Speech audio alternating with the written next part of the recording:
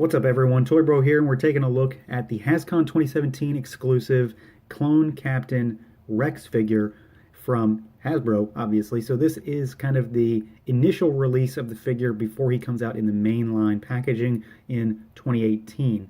So we've got the specific packaging here for this exclusive, and it's similar to the Jyn Erso exclusive from 2016 San Diego Comic-Con, where it's a slipcase and the figure is inside of a tray. That's probably the most similar packaging that we've had. So we've got the blue, because you know that's his color. We've got some tally marks on the box. We've got Rex down here on the bottom.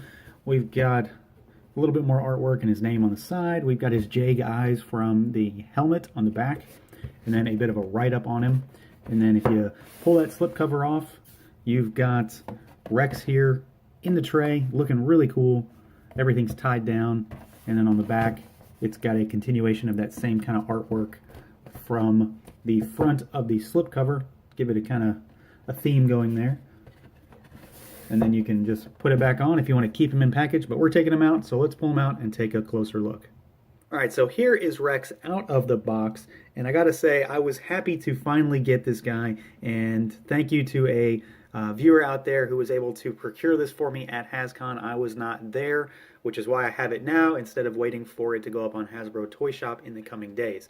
So from the minute I heard that we were getting Rex, I was 100% on board. I mean, I buy all of these anyway, but it is nice to finally get one of the most pivotal clones in all of Star Wars. He is arguably the most important one after all of the events of the Clone Wars and, Rebels now. I do have my slight nitpicky gripes about this figure, but for the most part, he is pretty damn awesome. So we're going to take a look at all the normal stuff, articulation, paint, sculpt. You know how this goes. So we will pull off the helmet to begin with, just because I can show you head articulation a bit better that way. And we'll talk about this shortly. So the head can swivel. It is on a hinge, so you can go up and down pretty decent, and then you can swivel all the way around. Arms go about 90 degrees. We do have double jointed elbows, the often talked about but rarely seen Black Series double jointed elbows that we pretty much only get on clones.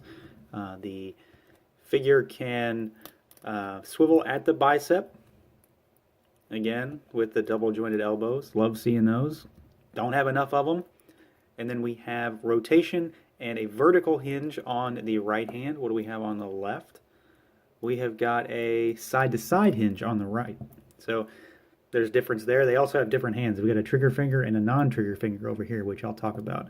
He does have a diaphragm joint, so he can twist.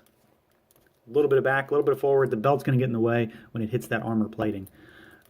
There is a waist twist. Mine is pretty tight still, but it's there. It kind of gets in the way of the armor as well. Legs don't go out too far. They're only going to go out about that far, and the legs don't kick very far either. You have to twist them, and then they'll go. So it's just because of how the plates hit underneath there. Watch how you're doing that, because you can scuff up your plastic doing this too. So twist them and then kick if you need to do that, and then they go back a little bit. There is obviously thigh rotation, since you have to twist to get them to go up. We have got double joints at the knee, and then we have got a rocker and a hinge at the ankle. They don't go back very far because, again, the plating on the armor. So the ankle, the boot, the foot will hit the back plate on the shin there. Nothing too crazy. We're not missing anything. It's pretty much what you expect to get from a Black Series Trooper. We've seen pretty much all of this before. As far as the sculpt goes, there are obviously some unique parts to Rex, notwithstanding his awesome helmet. We have got his particular brand of shoulder armor there, which is affixed to the character. You're not pulling that off unless you want to heat it up and strip it off, because it's glued onto his onto the shoulder here at least, and then it's definitely attached over here on this side as well. But it looks nice. It's very clean. Happy with that. We've got his belt with his two dual holsters, because Rex, obviously, you can see him right here. He does have his kind of characteristic pistols. And then we've got the soft goods that act as his kind of skirt piece. And I think they did it pretty well. There's not a lot of fabric there, so it hangs decently enough. It looks nice. I mean, they probably could have accomplished the same thing with a piece of plastic, but honestly, I'm not upset that they went with soft goods in this regard. There is, of course, a head under that helmet you've been seeing him the whole time. We have got a pretty decent likeness to Tamura Morrison here. Now, this is not, I repeat, this is not the same head that we're going to get in 2018 with the mainline release. This is just their standard style of head sculpt. The photo real tech that they advertised for Rex is not coming until next year. This is not that. This is still a really nice looking head sculpt. I'm pretty sure it's different from Django as well. I don't have him handy to do a comparison against, but I don't think this is the same head sculpt we have on Django Fett. If anything, it is smaller because of the helmet, so I don't think this is exactly the same size as Django's head, but it's a pretty decent likeness. For not being the photo real tech, you can tell it in the eyes in terms of how they're painted. That's really the giveaway for me.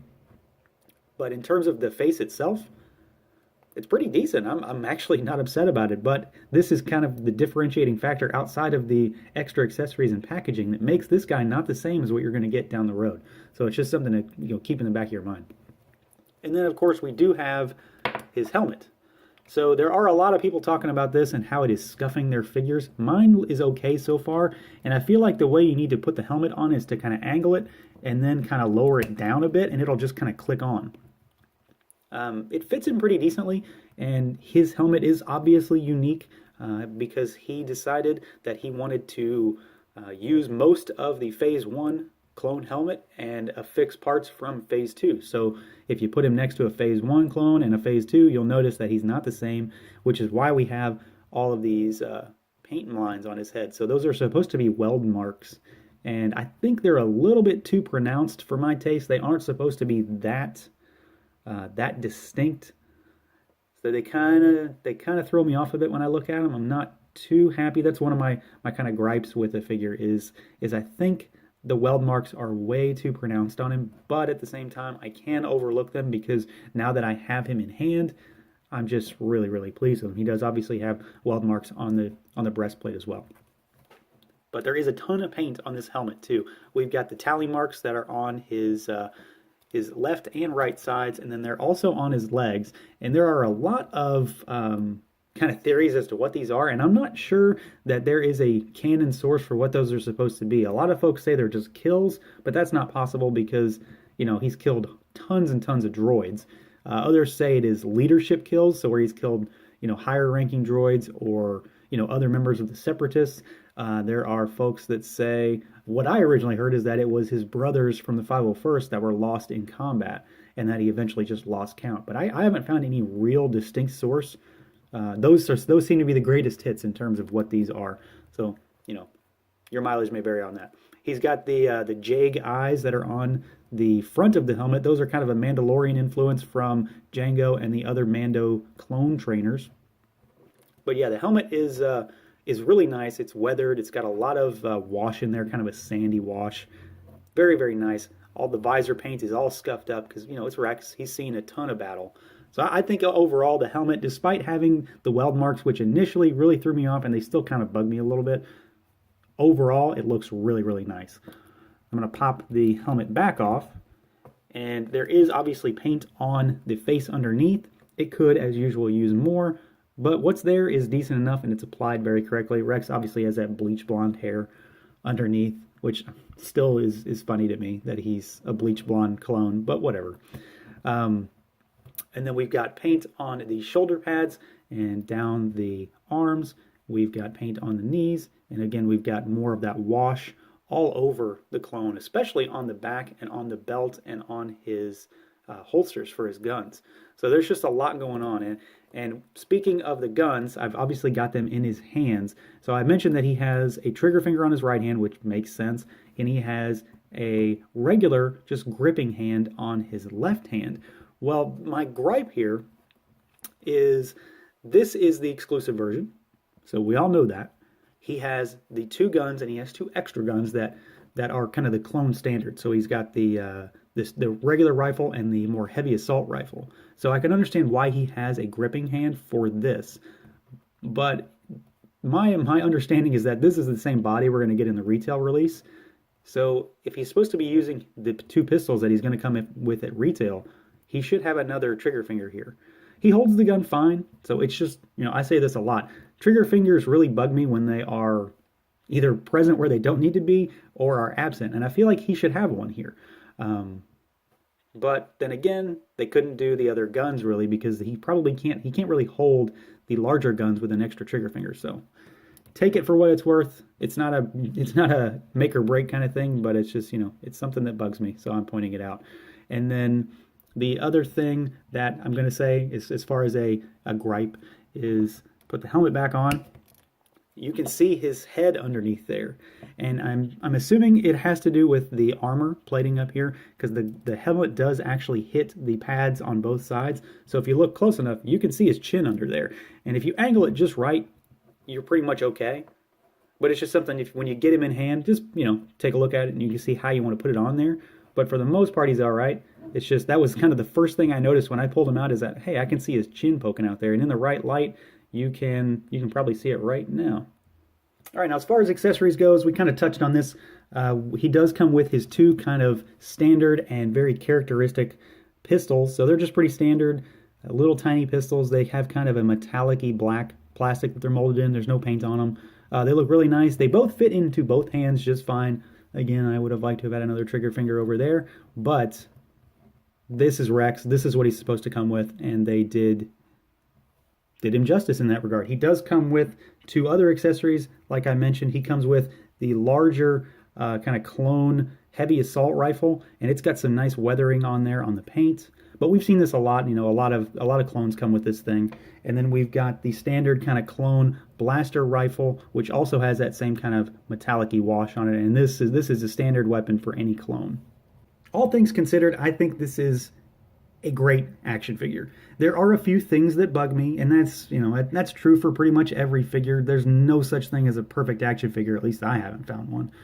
He does have, the weld marks, which I think are just a little bit too intense. He's got the lack of a trigger finger. I think he should have two. And the helmet kind of rubs on the face, but mine's okay. And then he's got his chin that kind of pokes out, but what are you going to do? He does have that armor there. I'm not really sure how they could have fixed it, but it's just a thing to point out. But all of that stuff doesn't really add up to really anything when it comes down to how awesome this figure is. He's a character that we have needed in the Black Series. He is translated to action figure form very, very well, and this particular release in the awesome packaging with the couple extra guns that I'm probably never going to use just makes for a great presentation, and I'm overall very, very happy with this one. If you can, I would recommend snatching him on Hasbro Toy Shop. He's going to go up on the 20th at some point of September. So keep an eye out for him. And then, I'm definitely going to get the retail release as well, because I need that Photo Real Tech head as well. I'm going to do this one with the helmet on, and the other one will be displayed with the helmet off. So I can have a complete set of two Captain Rexes. So that's going to do it for this look at the Hascon 2017 exclusive Clone Captain Rex from Hasbro. Let me know what you think down below. Feel free to like, comment, subscribe, and share that whole thing. And until next time, everyone.